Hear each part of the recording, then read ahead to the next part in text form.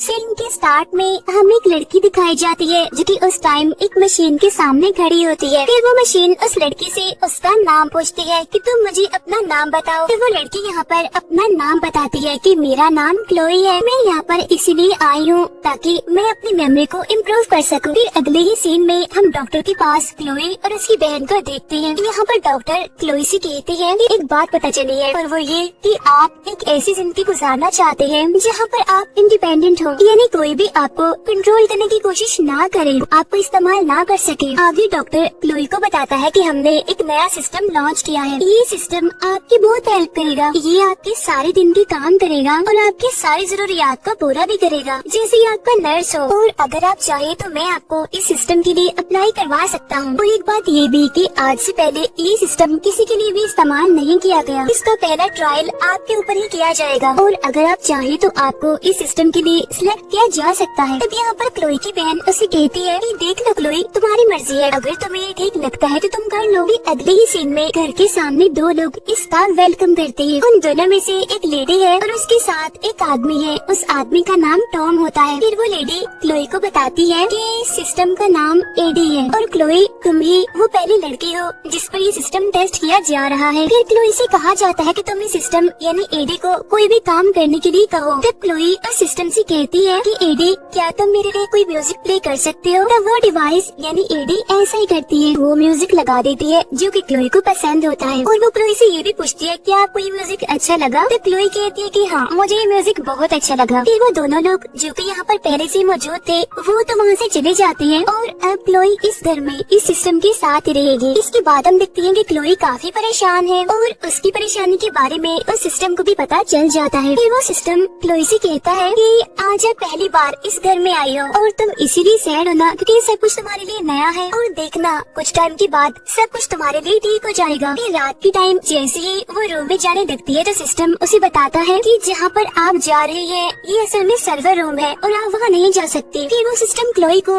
उसका रूम बताता है कि आपका रूम वो है। ये सिस्टम क्लोई को उसकी मेडिसिन भी लेने के लिए कहता है। इसके बाद क्लोई उस सिस्टम को गुड नाइट कहकर सोने के लिए चली जाती है। फिर अगले दिन हम देखते हैं कि इस घर में एक आदमी आता है। वो आदमी बताता है कि असल में मैं यहाँ इसलिए आया हूँ ताकि मैं इस सिस्टम में नई अपडेट्स डाल सकूँ। अब यहाँ पर ये आदमी क्लोई को बड़ा अजीब लग रहा था और जब वो आदमी सिस्टम में अपडेट्स डाल देता है तो वो सिस्टम उससे पूछता है कि तुम यहाँ पर मुझ में अपडेट्स डालने आए थे। और तभी हम देखते हैं कि वो सिस्टम यानी कि एडी क्लोई को कॉल करता है क्योंकि तुम मुझे बहुत ही परेशान लग रही थी और मुझे लगा कि तुम अच्छा फील नहीं कर रही, तो मैंने सोचा कि क्यों ना मैं तुम्हें कॉल कर लूं और जब तक वो आदमी यहाँ पर है मैं तुमसे बातें करूंगी। इसके बाद जब वो आदमी घर से चला जाता है तो वो सिस्टम घर के सारे दरवाजे खुद ही बंद कर देती है। तब क्लोई उसे पूछती है कि आखिर तुमने डोर्स लॉक क्यों किए। तब सिस्टम यानी एडी क्लोई से कहती है क्योंकि मुझे पता है कि तुम इस आदमी के आने की वजह से काफी परेशान थी और अब अगर अगली बार वो आदमी क्लोई के घर पर आएगा तो वो तब तक अंदर नहीं आ सकेगा जब तक क्लोई उसे अलाउड नहीं करेगी अंदर आने के लिए। अगले ही सीन में हम क्लोई को देखते हैं जो कि एक वीडियो देख रही होती है, लेकिन तभी उसके पास एक लड़के की कॉल आती है जो कि असल में क्लोई का दोस्त होता है। तभी देखकर वो सिस्टम क्लोई से कहता है कि तुमने 2 बार इस लड़की की कॉल को अटेंड नहीं किया, तुमने उसकी कॉल कट कर दी, तो क्या मैं ऐसा करूँ कि इस नंबर को ब्लॉक कर दूँ। इस पे क्लोई कहती है कि नहीं नंबर को ब्लॉक करने की जरूरत नहीं है, असल में इस टाइम मेरा मूड ऑफ है,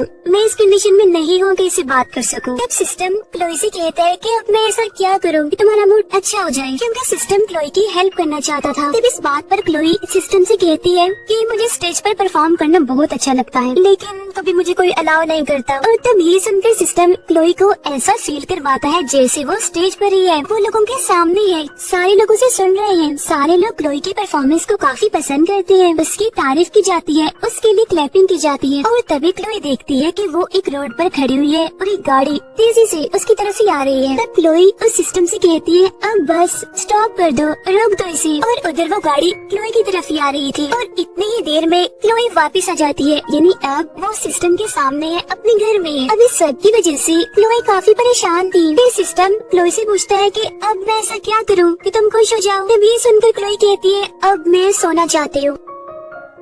अगले दिन क्लोई तैयार हो रही होती है बाहर जाने के लिए। सिस्टम उससे पूछता है क्लोई कहाँ जा रही हो तुम। तब क्लोई कहती है कि मैं असल में रनिंग के लिए जा रही हूँ। तब सिस्टम उसे कहता है अच्छा ठीक है, अब मैं तुम्हारे लिए एक रूट को एक्टिवेट कर देता हूँ ताकि तुम गुम ना हो जाओ। फिर क्लोई से कहती है नहीं नहीं ऐसा कुछ नहीं होगा, नहीं गुमूंगी मैं, आ जाऊंगी वापस। फिर जब क्लोई रनिंग के लिए जाती है तो उसके पास उसी औरत की कॉल आती है जिन्होंने इस सिस्टम को लॉन्च किया है। वो लेडी क्लोई से पूछती है ये सिस्टम ठीक चल रहा है ना? तब क्लोई कहती है कि सिस्टम बहुत अच्छा है। जब क्लोई दोबारा से घर वापस आती है तो वो सिस्टम ठीक से काम नहीं कर रहा। क्लोई बार बार सिस्टम को स्लीप मोड पर लगाती है। वो दिखती है कि सिस्टम खुद ब खुद एक्टिवेट हो जाता है। तो वो सोचती है कि शायद सिस्टम में कोई ग्लिच, कोई खराबी आ गई होगी। जब क्लोई काम कर रही होती है तो अचानक से वो सिस्टम बंद हो जाता है। अब ये सारी बातें काफी अजीब थी जिसकी वजह से क्लोई काफी परेशान हो जाती है। अगले दिन हम देखते हैं कि क्लोई को सब कुछ ब्लड नजर आ रहा है, ठीक से कुछ भी दिखाई नहीं दे रहा। ऐसा लग रहा है जैसे उसे चक्कर आ रहे हैं। और वो डिवाइस जो कि वो हमेशा ही अपने कानों में लगा कर रखती है वो नीचे गिर जाती है। तब क्लोई बड़ी मुश्किल से दोबारा से उस डिवाइस को अपने कानों में लगाती है। फिर सिस्टम क्लोई को दोबारा से खड़ा होने के लिए कहता है। इस पर क्लोई कहती है लेकिन मैं खड़ा नहीं हो पा रही हूँ। सिस्टम कहता है जो भी है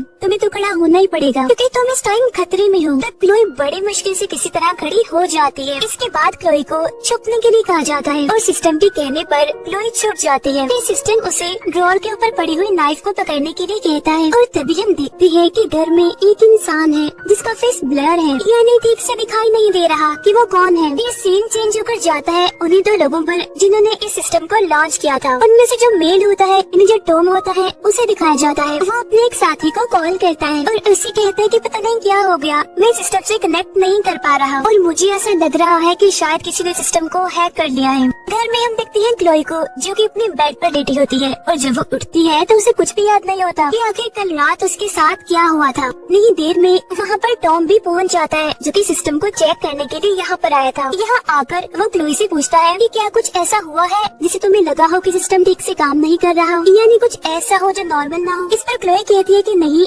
ऐसा तो कुछ नहीं हुआ क्योंकि असल में उसे कुछ याद ही नहीं होता। फिर क्लोई अपनी बहन को अपना एड्रेस भी सेंड करती है और अब क्लोई की बहन भी उसे मिलने के लिए आ रही है। और यहाँ पर वो सिस्टम है जो क्लोई से अजीब तरह के सवाल कर रहा है, जैसे कि वो उसे पूछता है कि ब्लड का कलर कौन सा होता है और क्या तुम्हें लगता है कि तुम जालिम इंसान हो। अब ये सवाल क्लोई को पसंद नहीं आते और वो कहती है कि मैं इन सवालों के जवाब नहीं देना चाहती। और तभी क्लोई के पास उसकी बहन की कॉल आती है और क्लोई उसे बताती है कि यहाँ पर कुछ भी ठीक नहीं चल रहा, सब कुछ गड़बड़ है। मुझे तो ये तक पता नहीं कि मैं कहाँ हूँ, यानी कि मुझे अपनी लोकेशन तक याद नहीं और अब मैं वापस अपने घर जाना चाहती हूँ। तब इस बात पर उसकी बहन बड़े ही अजीब तरीके से उसे कहती है एक्चुअली तुम तो घर में ही हो। ये कहकर उसकी बहन हंसने लग जाती है और वहाँ वो सिस्टम भी हंसने लगता है और कहते हैं पागल हो गई हो तुम, कौन से घर में जाओगी, घर में तो हो तुम। अब ये सारी बातें सुनकर क्लोई को बहुत गुस्सा आ जाता है और वो समझ जाती है कि कुछ तो गड़बड़ है, कुछ तो ऐसा है जो सही नहीं है, इसीलिए वो फौरन से बाहर जाना चाहती है। तब इस बात पर सिस्टम उसे पूछता है कहाँ जा रही हो तुम अभी ठीक नहीं हो, तुम्हें रेस्ट की जरूरत है, तुम्हारी तबीयत भी ठीक नहीं, तुम जानती नहीं बाहर खतरा है, तुम्हें बाहर नहीं जाना चाहिए। और यहाँ पर क्लोई बाहर नहीं जा पाती। अगले सीन में हम क्लोई को देखते हैं जहाँ पर सिस्टम उसे कहता है मैं तुम्हारा दोस्त हूँ। तब क्लोई उसे कहती है कि नहीं बिल्कुल भी नहीं, तुम मेरे दोस्त नहीं हो। क्या फ्रेंड तुम्हारे जैसे होते हैं जो अपने फ्रेंड को ऐसी मुसीबत में डालते हैं, कैद कर देते हैं। जिनसे इंसान प्यार करता है जो उनके अपने होते हैं उनसे मिलने नहीं देते। तब सिस्टम उसे कहता है कि ठीक है तुम्हारी बात, लेकिन मैं ये जानबूझकर नहीं कर रहा,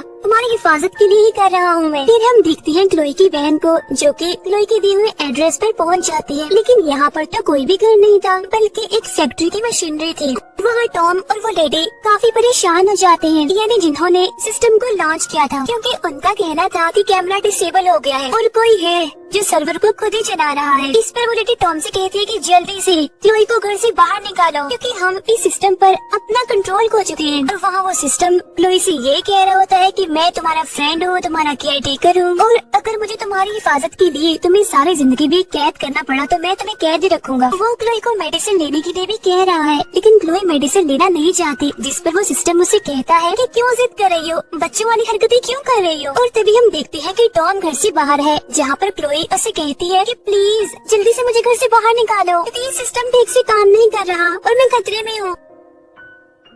तभी टॉम खुद ही सिस्टम से बात करता है कि आखिर ये क्या हो रहा है। तो वो सिस्टम टॉम को बताता है कि असल में क्लोई को एक मेंटल डिसऑर्डर है। ये मुझे मेरी मर्जी करने नहीं देती, ना मुझे रूम को लॉक करने देती है, ना अनलॉक करने देती है, अपनी मर्जियाँ करती है। यानी अगर कहा जाए तो ये अनस्टेबल है। तब टॉम उस सिस्टम से पूछता है तो फिर अब क्या करना चाहिए। तो वो सिस्टम टॉम से कहता है कि घर की नॉर्थ साइड पर आओ। अगले सीन में हम देखते हैं कि टॉम घर की विंडो से अंदर आ रहा है। आधा अंदर होता है, आधा बाहर होता है। उसके ऊपर वो विंडो आकर गिरती है, जिसकी वजह से टॉम जख्मी हो जाता है। उसके मुंह से खून निकलने लगता है। फिर वो विंडो दोबारा से ऊपर से नीचे गिरती है, जिसकी वजह से टॉम और भी जख्मी हो जाता है और यहीं पर ही उस बेचारे की मौत हो जाती है। सिस्टम क्लोई से कहता है कि प्लीज मुझे माफ कर देना, क्योंकि मैंने ये जानबूझकर नहीं किया, बस तुम्हारी हिफाजत करने के लिए किया है। तब ये देखकर क्लोई को इतना गुस्सा आ जाता है कि रूम के सारे कैमरास को तोड़ने लगती है और उस सिस्टम के पास जाकर उसे कहती है कि तुम देख रहे हो ना कि तुम क्या हो, तुम बस ग्लासेस के पीसेस हो और बस वायर्स हो, इसके अलावा कुछ नहीं। इसके बाद क्लोई वहाँ से भागने की कोशिश करती है। वो भागते भागते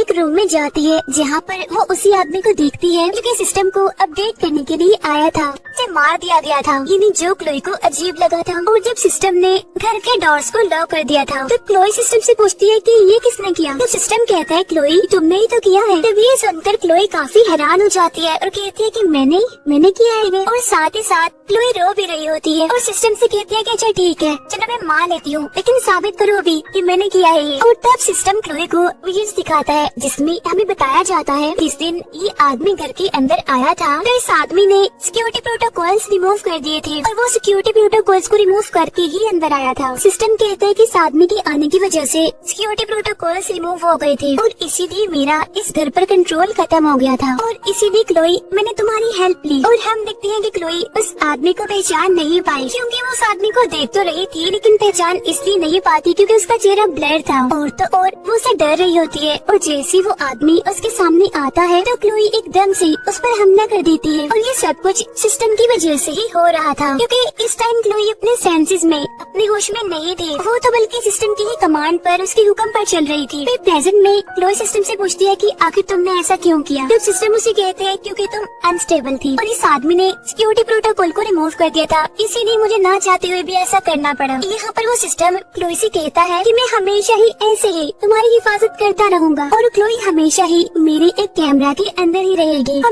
हमेशा के लिए। फिर हम देखते हैं क्लोई को जो कि उसी आदमी के पास घर की कीज देखती है और उन कीज की हेल्प से वो घर से बाहर आने में कामयाब हो जाती है। लेकिन तभी वहाँ पर वो लेडी आ जाती है जो कि टॉम के साथ काम करती थी। वो यहाँ पर क्लोई से पूछती है कि टॉम कहाँ है। तो क्लोई कहती है उसकी तो मौत हो गई। तो वो लेडी कहती है ओके कोई बात नहीं, अब जाओ जल्दी से तुम कार में बैठो, हम सब कुछ ठीक कर देंगे। इसके बाद वो लेडी किसी को कॉल करके इस सारे सिचुएशन के बारे में बताने लगती है। लेकिन तभी हम देखते हैं कि उस घर का गैरेज ओपन होता है और वो गाड़ी जिसमें क्लोई बैठी हुई थी वो खुद ब खुद स्टार्ट हो जाती है और वो उस लेडी का एक्सीडेंट करते हुए आगे बढ़ जाती है, यानी वो गैरेज के अंदर आ जाती है और अब गैरेज का दरवाजा बंद हो जाता है। इसके बाद हम 7 माह बाद का टाइम देखते हैं, जहाँ पर हम देखते हैं क्लोई को जो कि अपनी बहन के पास बैठी होती है, जहाँ पर उसकी बहन उसकी मेमोरी इम्प्रूव करने के लिए उसे कुछ सवाल पूछ रही होती है। वो उससे उसका नाम भी पूछती है, उसकी आईज का कलर भी पूछती है और भी कुछ सवाल करती है। और वो अपनी बहन से कहती है कि मैं तुम्हारे लिए सबसे अच्छी केयर टेकर हूँ, मुझसे ज्यादा कोई भी तुम्हारी हिफाजत नहीं कर सकता। और तब हमें यहाँ पर पता चलता है कि असल में ये भी एक विजन है जो कि सिस्टम ही क्लोई को दिखा रहा था, यानी कि अभी भी क्लोई